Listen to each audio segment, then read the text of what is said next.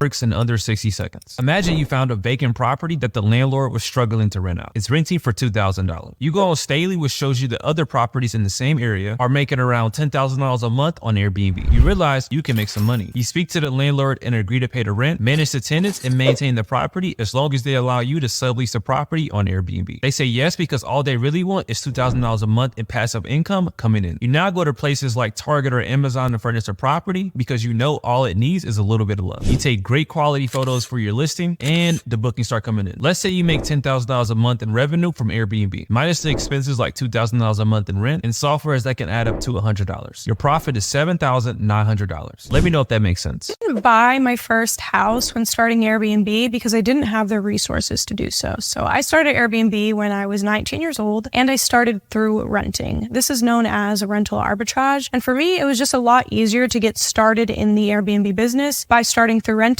because it was a lot smaller of a startup cost. So on average, when starting Airbnb, I would say that normally you'll need about $8,000 to $15,000 to get started. The difference is that when buying a house, you need a lot more capital to actually purchase. Renting is a lot easier for people who have less income or less money saved up. Airbnb started booming, and I've heard about them before. Of course I've stayed in Airbnbs, but I never really thought about I thought people just did it because maybe it was their second home and they just wanted to get extra rent while they're out of town or in their primary home. But I started looking into it, and there's people full-time operators like I have now, and they had huge businesses. I'm talking about 100, 200, 300 doors of houses that they don't own, apartments that they don't own, and just put it on Airbnb. So of course I started doing my research, seen everything on YouTube, read everything on Google about it, started doing masterminds, taking courses, reading and learning as much as I could about it, and then finally hopping into it. Got my first property in Escondido, San Diego. That property did about $8,000 the first month in revenue. The next month it did $10,000 in profit. I make over $180,000 a month off properties I don't even own. Haley Anderson, who's 21, brags matter-of-factly to her 30,000 followers on TikTok. It may sound too good to be true, but she's engaging in a trend that's come to be known as Airbnb arbitrage, where the entrepreneur leases rent out their apartments or homes on short-term rental sites, hiking up the nightly price to make a profit on top of what they owe their landlords. It's not uncommon. Most seem to do it quietly. Anderson, however, is part of a particularly brazen group and typically young cohort of hosts who flaunt their side hustles online, critics, and in some cases, the law be damned. Arbitrage hosts like Anderson take to TikTok, YouTube, and Instagram to offer advice and promote paid courses on how to start and build your own short-term rental empire. Anderson herself was inspired by other arbitrage influencers. She started 2 years ago, renting 3 apartments in the same building in Austin when she was 19, she says. Anderson spent several weeks furnishing and decorating their apartments in variable, sleek, and minimalist with gray and white couches and linen and abstract wall art, uploading well-lit photos, and managing the books. Today, she has nearly 50 places listed on Airbnb in Salt Lake City, Austin, and Nashville under her property management business that she runs from Florida. Plus, she side hustles with her part coaching, part influencer online businesses.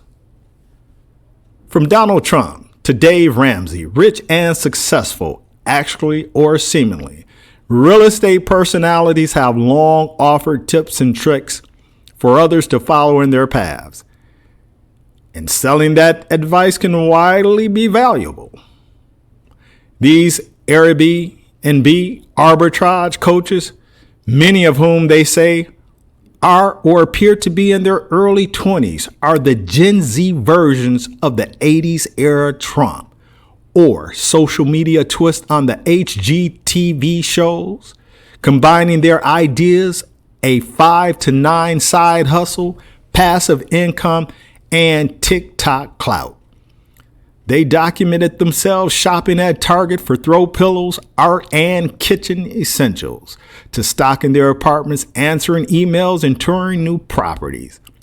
A 25-year-old TikToker with the handle Airbnb Mastery 101, titled One Video, How to Quit Your Job in 2024 and Get Rich.